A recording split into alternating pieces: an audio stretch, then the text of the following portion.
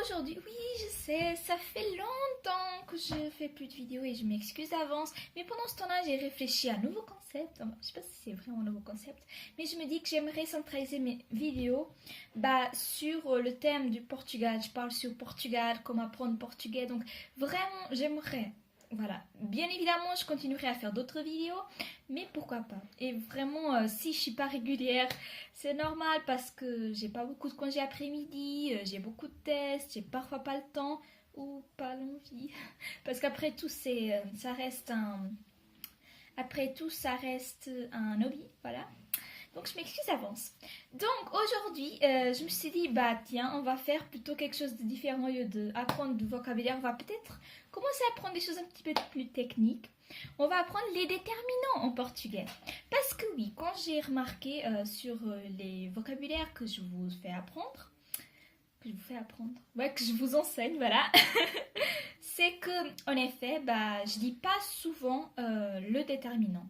La majorité du temps, je dis que le nom soit, par exemple, cam, cam, lit, cam. Quoique, j'ai jamais fait un cours de portugais sur l'immobilier. Ça sera le prochain. Je pense, mais voilà. Par exemple, cam, alors que c'est a cam, puisque c'est féminin.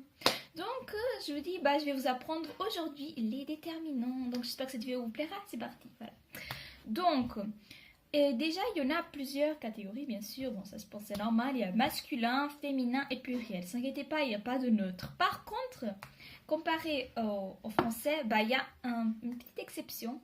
C'est qu'au pluriel, il y en a pluriel féminin et pluriel masculin. Voilà. Et bien évidemment, il y a aussi les indéfinis et les définis. Aujourd'hui, je vais vous apprendre les définis et les indéfinis. Bien évidemment, les possessifs et tout ça, je pense que je ferai plus tard. Donc, voilà. On va commencer. Donc, pour dire un objet défini, pour dire un déterminant défini féminin, c'est e. E. Pour dire déterminant défini féminin, comme la. Voilà. Pour dire la, c'est e. E. Juste en A. Voilà, c'est simple. Donc, par exemple, pour dire le lit, on dit a cama. Par exemple, pour dire le taille-crayon, ouais, en portugais c'est féminin, c'est a afiadeira. Ou bien on peut également dire o afialápis. Bon, dans ce cas-là, c'est masculin. Mais bon, la majorité des gens, en tout cas, nous au centre Portugal, on dit a afiadeira. Peut-être qu'il y a des gens qui disent afialápis, je sais pas. Mais bon. A afiadeira.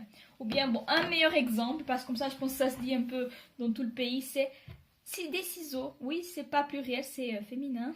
A tesoura. Donc, vous voyez, il y a toujours le A. A tesoura. Voilà. Prochain, c'est pour dire le. C'est déterminant défini masculin. Ça, c'est ou. Ou. Oui, ça se prononce ou, mais ça s'écrit avec un O. Ou. Par exemple, pour dire le livre, on dit o livro. O livro. Voilà. Ou pour dire le crayon, on dit o lápis. O lápis. Voilà. Maintenant, pour pluriel. Pluriel féminin, pour dire par exemple... ouais, j'ai pas ici deux objets. Stylo. Stylo, c'est aussi féminin au Portugal. Pour dire pluriel féminin, c'est as. As. Pour dire les stylos, c'est as canetas. As. Ça suffit de rajouter un S, c'est pas compliqué. D'ailleurs, pour pour transformer des singuliers en pluriel, c'est vraiment pas compliqué. La majorité du temps, c'est ajouter un S. Mais bon, il y a quand même des exceptions.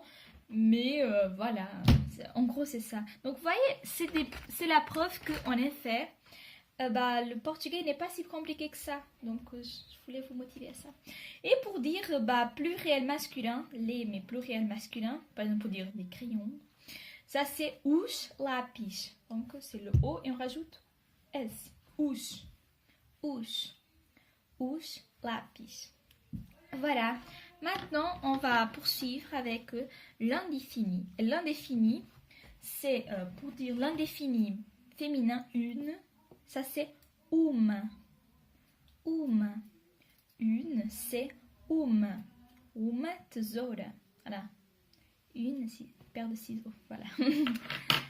Donc, pour dire en masculin, on dit un, c'est Oui, c'est un peu compliqué. Voilà. Pour dire une,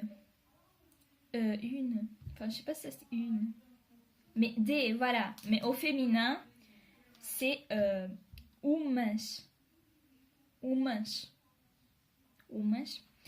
Et pour dire, voilà, donc on rajoute juste un S.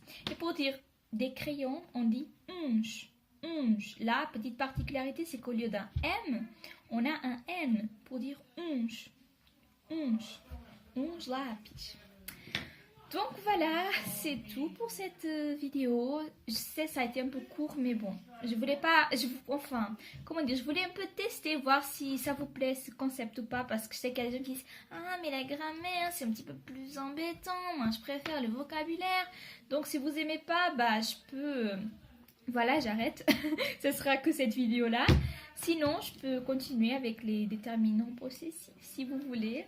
Cette vidéo vous a plu, si oui, n'oubliez pas de mettre un petit pouce en l'air, de vous abonner et voilà, mettez vraiment des pouces en l'air, comme ça je sais que vous aimez ce genre de vidéo et je ferai peut-être la partie 2 avec les déterminants possessifs.